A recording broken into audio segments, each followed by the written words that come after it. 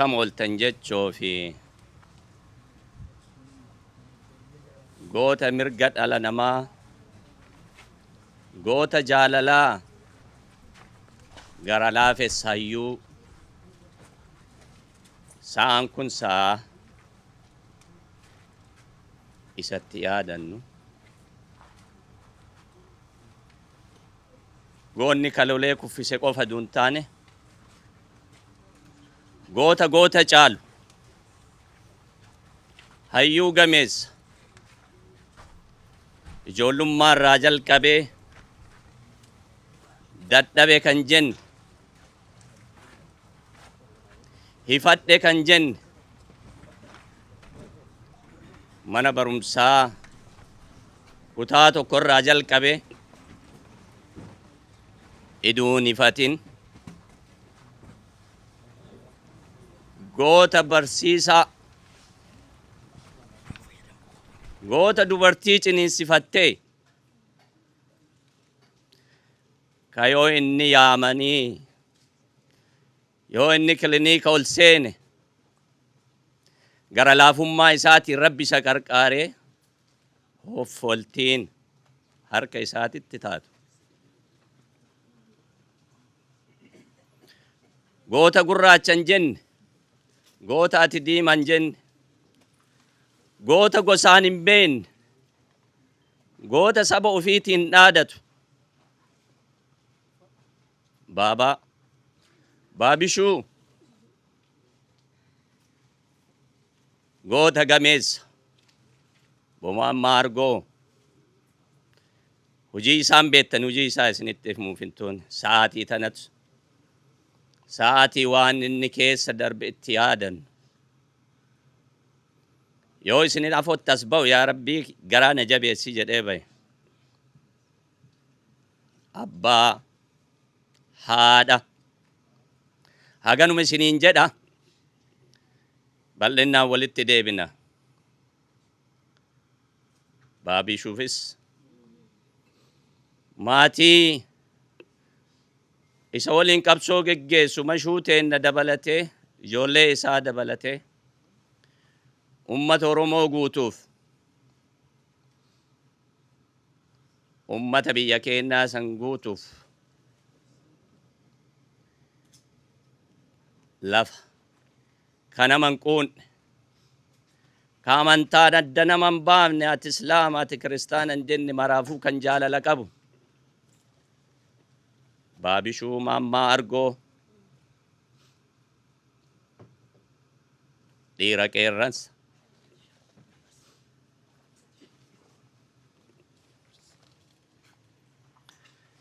gaafa akkanaa naannoo keenya gaafa goonni akkanaa namarraa deemu, eebadi lafaan baa, eebadi fageenya.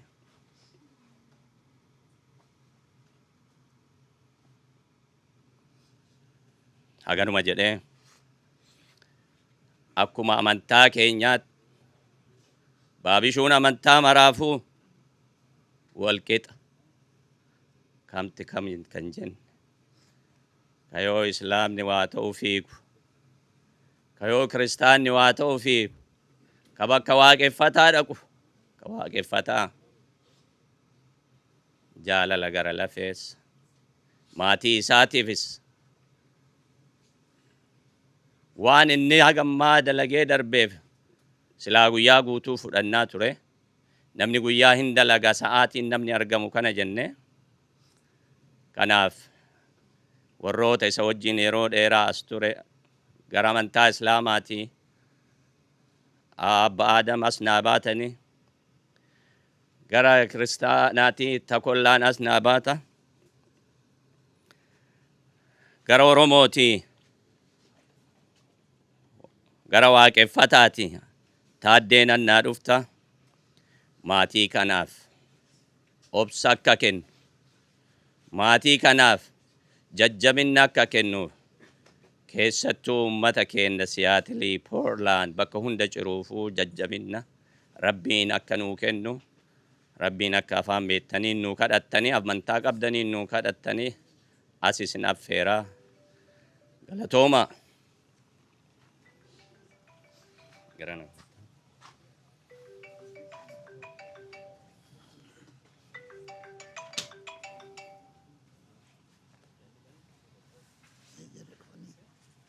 Isinitti fufaa.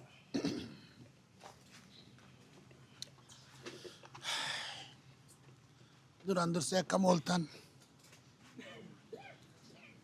nagaan nu oolche nagaan nu haa bulchu.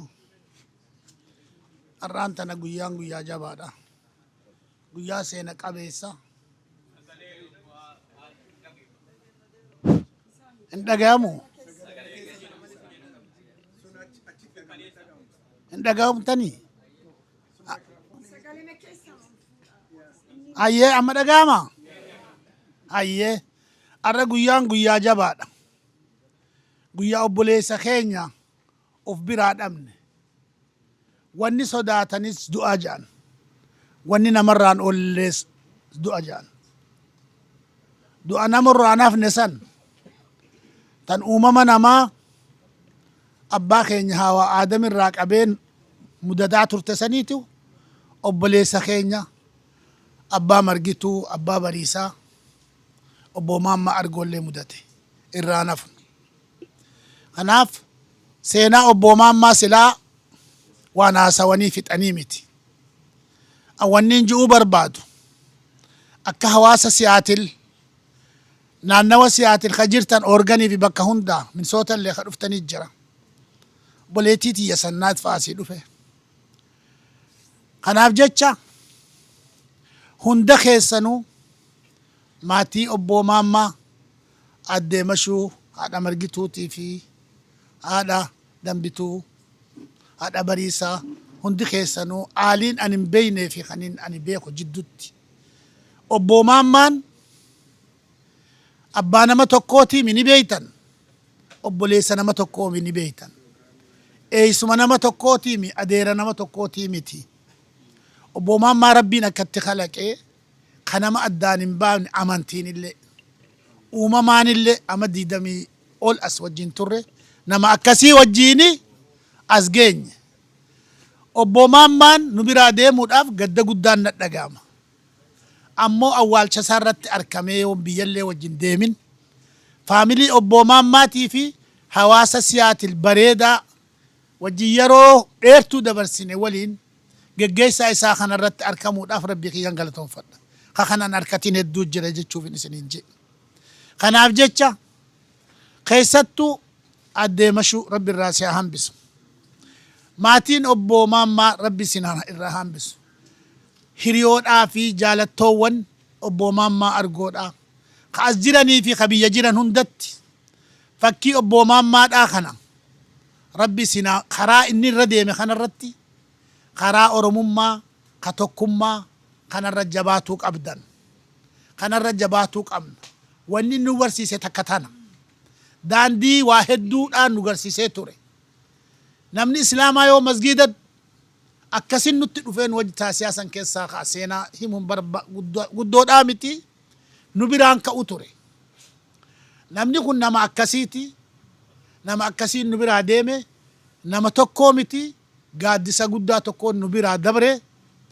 Gaaddisa inni gartee nu biraa dabre kana karaa daandii inni qiyaasee tokkummaa Oromummaa hawaasummaa barmootaa fi hayyummaa nu barsiise kana akka hin irraanfanneen isinit dhaama.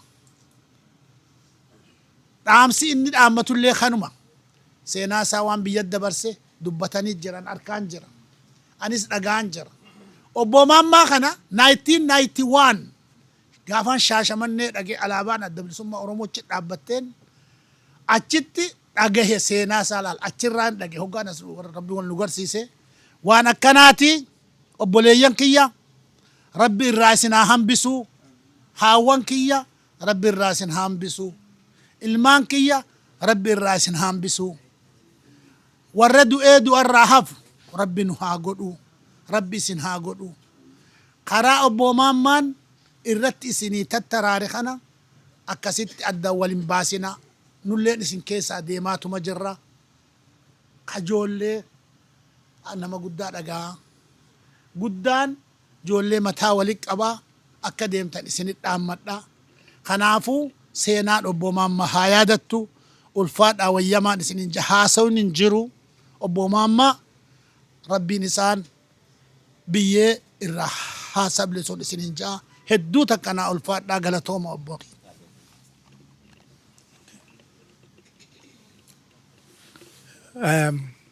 Har'agaa obbo Maammoo biraa dhabuun keenya obbo Maammaan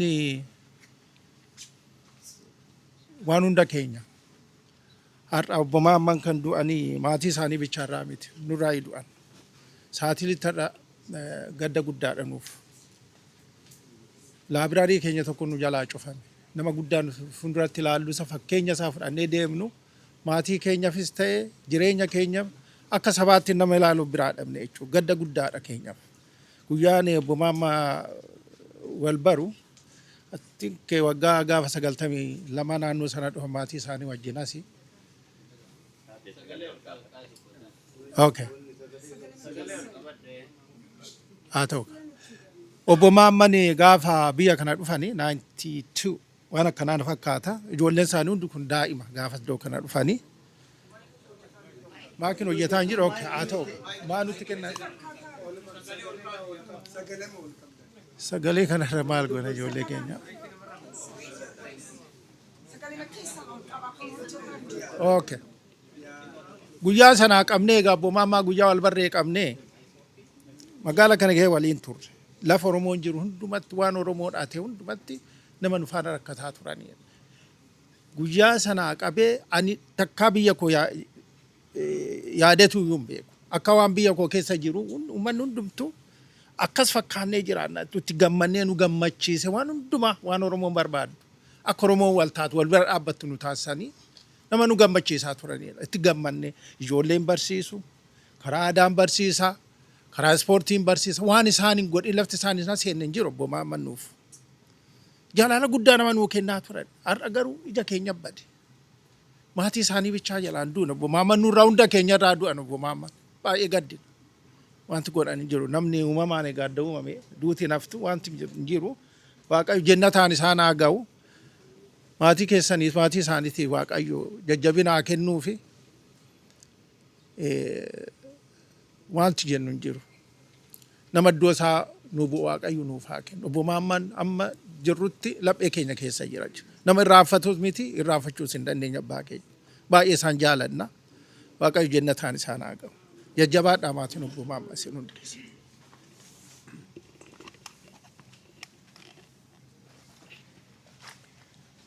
Tole waldaa kiristiyaanaa Oromoo Siyaatil jiru bakka bu'eetaniin akka dubbadhu natti himanii. Ani gaggeessaa waldaa paastariis miti amantoota keessa nama tokkodha. Abbaa keenya obbo Maammaa Argoo namoota jalqaba waldaa kiristiyaanaa Siyaatil kan Oromoo dhaabani keessa nama tokkodha. Akkan seenaa isaanii irraa waldaan kiristiyaanaa irraa dhagayetti bara waldaan kiristiyaanaa nama 10 gaditti ta'anii sagantaa afaan Oromoodhaan waldaan kiristiyaanaa irratti jalqabdu obbo Maammaan dilbata tokko toon hafiin dammituun daa'ima turtedhanii dilbata tokko toon hafiin nama waldaa keenya asiin geessisanidha. Waldaan keenya utubaa ishee dhabdee Oromoon addana jirus utubaa nama walitti nu qabuu dhabne waldaan kiristiyaanaa otoo abbaa keenya waan isaaniif malu gaggeessuudhaaf otoo waldaan kiristiyaanaa irratti dubbachaa jirruuti kan sirni gaggeessaa akkanatti adeemu dhaga'ame jaarsolii waldaadhaa fi paastorootaan sirni gaggeessaa isaaniif malu akka qophaa'u irratti dubbatamaa ture. Garummoo sagantaan addaa achi Poortilaanditti gaggeeffamuudha dhaga'ame. Isaa waldaan gaggeessitoonni paastoroonni fi gaggeessitoonni ildaroonni isin qunnamu. Abbaa keenya garuu faawundaroota waldaa kiristiyaanaa Oromoo dhabuun gadda guddaan waldaan kiristiyaanaa qabdu isinitti dabarsuun barbaada. Armee keenya ijoollee isaanii hundumaa abbaa keenya obbo Maammaadhaanii ijoollee isaanii keessatti arginaa, Dambituufaa keessatti arginaa, Margituufaa keessatti arginaa, armee keenya keessatti arginaa, darbee ijoollee isaanii eebbanii keessatti arginaa. Leegaasii isaanii immoo Oromoo yoo tokko taane leegaasiin obbo Maammaa abbaa keenya ammani waggaa 12 isaan arge keessatti isa kiristiyaana bira kiristiyaana dhaabbatu islaamaa bira islaamatti dhaabbatu amantiidhaan otoo hin qoodamiin nama isa amantiin waaqayyoo ajaje jiraatanidha. Isa beela'eef biyyatti nama gargaaran profeesaroota yuunivarsiitiidhaa ba'anii har'a kophee bitachuu hin dandeenye dooktaroota meedikaal dooktaroota har'a kophee bitachuu hin dandeenyeef qoraattiin isaan waraanaa jiruuf yeroo isaan kophee bitan ija kootiin argee nama dhugaa ba'uudhaani. Isa amantiin kiristiyaanaa isa waaqayyo ajaju nama beela'eef qaqqabii nama dheebooteef qaqqabii jedhan abbaan keenya nama isa jiraatanii darbanidha. Kanaaf leegaasii abbaa keenyaa ubbiraa akka dhabnee fi adaraasitti dhaammatti waldaan kiristiyaanaa anis akka ilma tokkootti ilma isaaniiti baayoloojikaalii ilma isaanii yoon ta'uudhaa baadhillee abbaa keenyan hundumaafu leegaasii abbaan keenya akkasumaan akka hin dabarreef ergaan battala kana isinitti dhaammadhu. Bakka maqaan tokko ijaarame gamoo ta'uu danda'a. Manni ijaarame ruumiin tokkollee ta'u Maammaa Argoo Memorial biildingis ta'uu danda'a akka dhaabbatu adaraa isinitti dhaammanna. Waaqayyo abbaan inni waaqarra jiraatu immoo sirni gaggeessaa kun nagaadhaan qilleensa irratti xiyyaaraan hoggaa deemtan lafarratti hoggaa konkolaataadhaan deddeemtan gufuu tokko malee waaqayyo abbaan isaan waaqessaa turan nagaadhaan isin baasee warra biyya deemtanis sagantaan sirra biyyatti adeefamus nagaadhaan xumuramee hundumti keessanuu nagaadhaan akka deebitan waaqayyo isaan amanan waaqayyo isaan waaqessaa turan nagaadhaan baasee isin haa deebisu. Sagantaan biyyatti gaggeeffamus gufuu tokko qoraattii tokko malee waaqayyo dursee achitti argamee sirna nagaadhaan akka raawwatu waaqayyo abbaa keenya kadhanna. Gooftaan sagantaa hafe hundumaa nagaadhaan nuuf haa gaggeessu. Egaa laphee cabaa waaqayyotu fayyisa. Waaqayyo laphee cabe hundumaa akka jajjabeessu immoo waaqayyoon hin kadhanna. Gooftaan hunduma keenya duukaa ta'u isinaa eegu isinaa eebbisu eebbifama. Hayeekaa galatooma kiyya sagaleen hin dhagaamaa mire duruun dhageettanii adda ammoo chaarji godhee dhufee jira.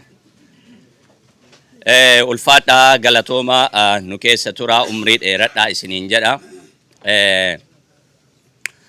Baabishuu dhiira jalloo diidaa magarsite dhiira gaaroo duuroo dhiira shaashee dhiira kuyyaraa dhiira nageellee dhiira arsiin biqilchitee Oromoof kennite goota xiiqii goota sabaa Baabbishuun nama akkanaati. Baabbishuu waan isaa wanti jedhee an fixu hin jiru. Daqiiqaa 30 nattaasee nadhaamatee jira. Manguddoof dardara dubartii islaama kiristaan hin jedhinaa nama waliin naa qaba. Hawaasni kun ka yeroo dheeraatti dadhabaa ture akka gadhaabatu itti dhaamadhaa jedhe. Baabishuu hin taane kaa guyyaan ni dhufee kaa guyyaan marii hin qabne kaachi siiqii hin qabne adaa ati kana beettee guyyaa 5 iduu addaan hin kutin galgala cufaana bilbilaa turte. Baabishuu yoo waan dhina gargaare yoo lubbuun jiraatte yoo Oromoon Siyaatil na bira dhaabbatte dhaamsa kan kee faca'ee an akka nafne gara kiyyaa warra Siyaatilii kaa dhaamsi isaa dheera yeroo biraa isinitti daqiiqaa 31 waan guyyaan kun dhufu itti fakkaate Baabbishuu ammaaf tanuma jedhaa isinit deebi'a. Koree waan kan akkana midhaagse hawaasa keenya kan nu bira dhaabbate koree kana ka walitti qabu qindeessaa kan maatii keessaallee lapheen cabe jaala kiyya abduu akka waa jedhu koree kanallee akka galatoonfatu tokko keessaniin daqiiqaa tokko isinii kennee isin duu waan Baabishuu akka dubbattan keessatti warri yeroo dheeraa waliin turtan. Baabishuun goota siyaasaatillee gamna qabsoo Oromoo ka yeroo kamuu laaptaappiin isaa foon buune miti mashuu miti marge mitu edasa warre hedduu dhuftan mashuu abbaan biyyaa jechuun illee hafe abbaa biyyaa jedhee na yaama dhiifama abduuf kennaa na uffalchaa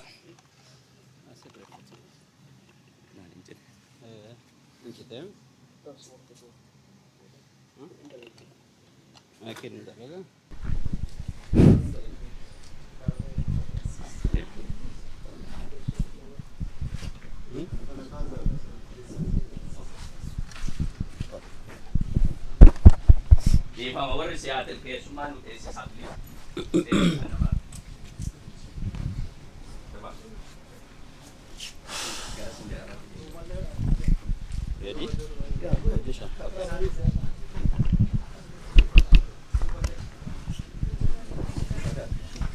Quanto, Garma?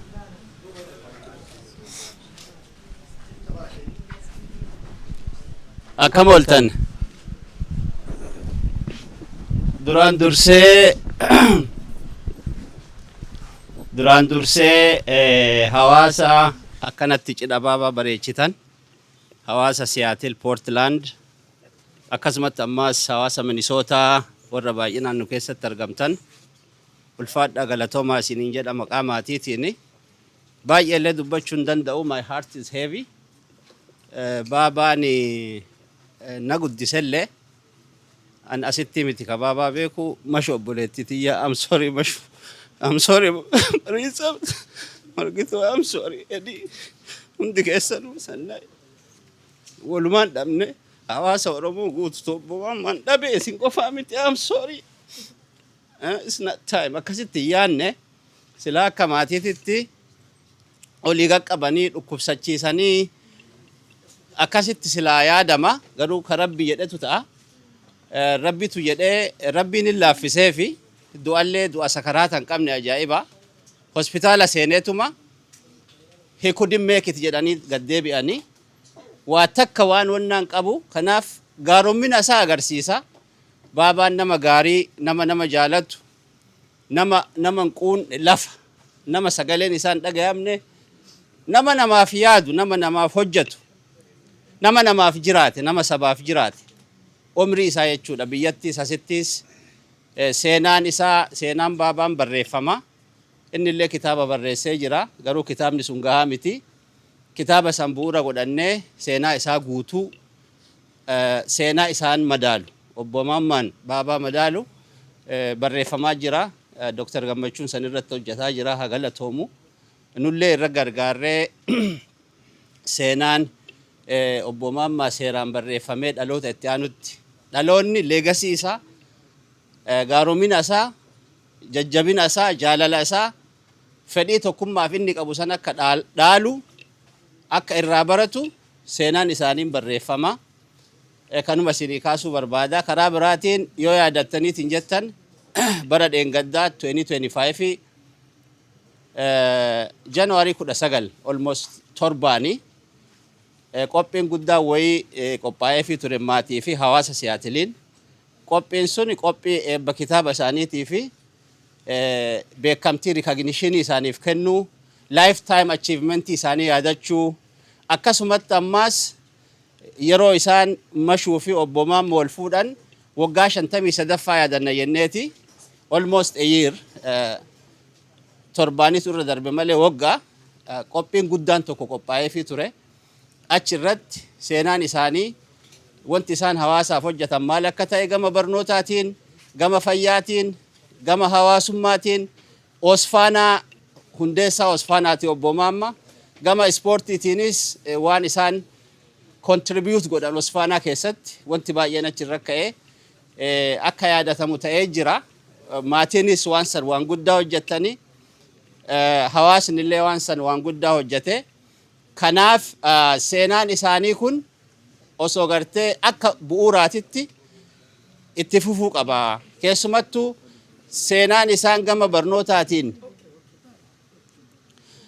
barnootaatiin Arsii Basic School jedhanii manguddoonni obbo Bayyanaa fa'aa warra amma lubbuun jiruu fi warra dhiyoo tana dhabne ji'a 3 keessatti nama jajjabaa hayyoota laaybirarii nama sadi dhabne. Profeesar Amdeessaa Tusoo, obbo Dotii, obbo Maammaan jechuudha. Yeroo ji'a sadi hin geennetti. Kuni uummata Oromootiif miidhaa guddaa, hawaasa isaan keessaa baaniif miidhaa guddaa, akka maatiitti illee miidhaa guddaadha jechuudha. Kanaaf haasawa baay'een dheeressu wanti an jechuu barbaadu maatiillee bakka bu'ee ulfaadhaa galatoomaa hawaasni akkana baatanii hawaasni magaalaa Siyaatil ka Poortilaandis dubartiin dhiirti dargaggeessi shamarran guyyaa galteen tunnu galteerraa kaasee bakka kana osoo hin dhabamin keessumattuu dubartoonni nyaata fidanii buna fidanii shaayii fidanii gadda isaanitti dhagahame ibsataa waan turtaniif maqaa maatiitiin ulfaadhaa galatoomaa rabbi isin haa eebbisu isiniin jechuu barbaada. Qophiin har'aa kun qophiin amma asii geggeessaa jirru kun ka xumuraatii akka Siyaatilitti qophiin itti aanu Poortilaanditti geggeeffama guyyaa Februaarii 2 guyyaa wixata kibxata Februaarii 3 jechuu kiyya Tusdee Poortilaanditti geggeeffama. Sagantaa san irratti illee akka nu argamtan asumaan isin affeera. Karaa biraatiin waa'ee obbo Maammaa haasofnee dhiisuu duun ta'ini waan obbo Maammaan ittiin yaadannoo hojjechuun dirqama.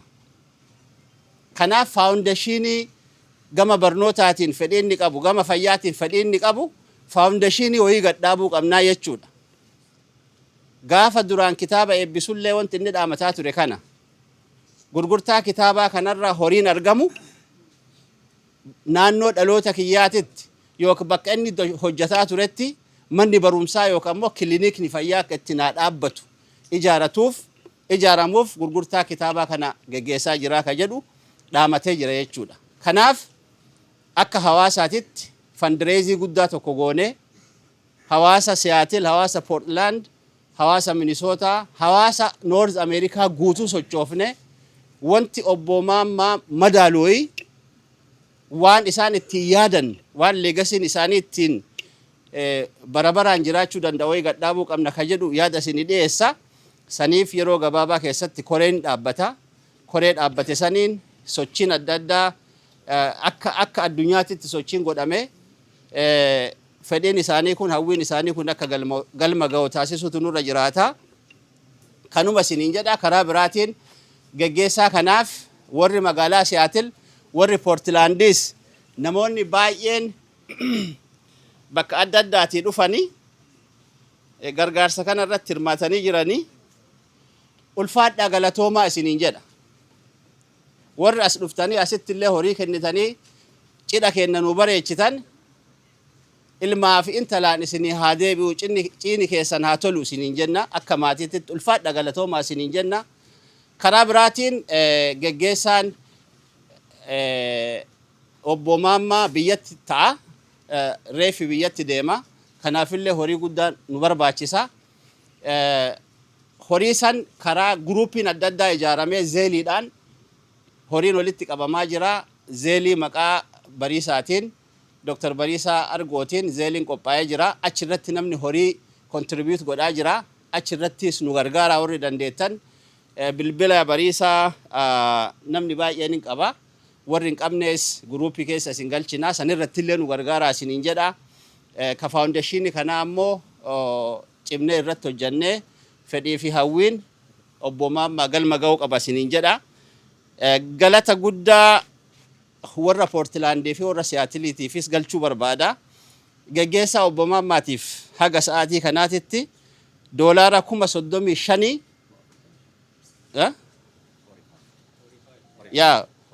45 doolaara 45 wali qabnee jirra. This is because of you guys. Ulfaadhaa galatoomaa seenaa Siyaatil keessatti gargaarsi akkanaa jaalalli akkanaa takka mul'ateen beeku. Kanaaf ulfaadhaa galatoomaa isiniin jedha. Karaa biraatiin koree guyyaa galteen tunnu galte koree dhaabnee turre. Koree nama 30 dhaabne. Koreen sun halkanii fi guyyaa hojjetanii koreen faayinaansii, koreen qindeessituu, koreen keessummeessituu, koreen adda addaa bifa qindaa'aa ta'een hojii kana hojjetaa turanii koree saniifis maqaa keessaniin galata guddaa galchuu barbaada. Maqaa maatiitiin illee galata guddaa galchuu barbaada. Ulfaadhaa galatoomaa isiniin jedha. Kanuma irrattiin dhaabaan na of oolcha.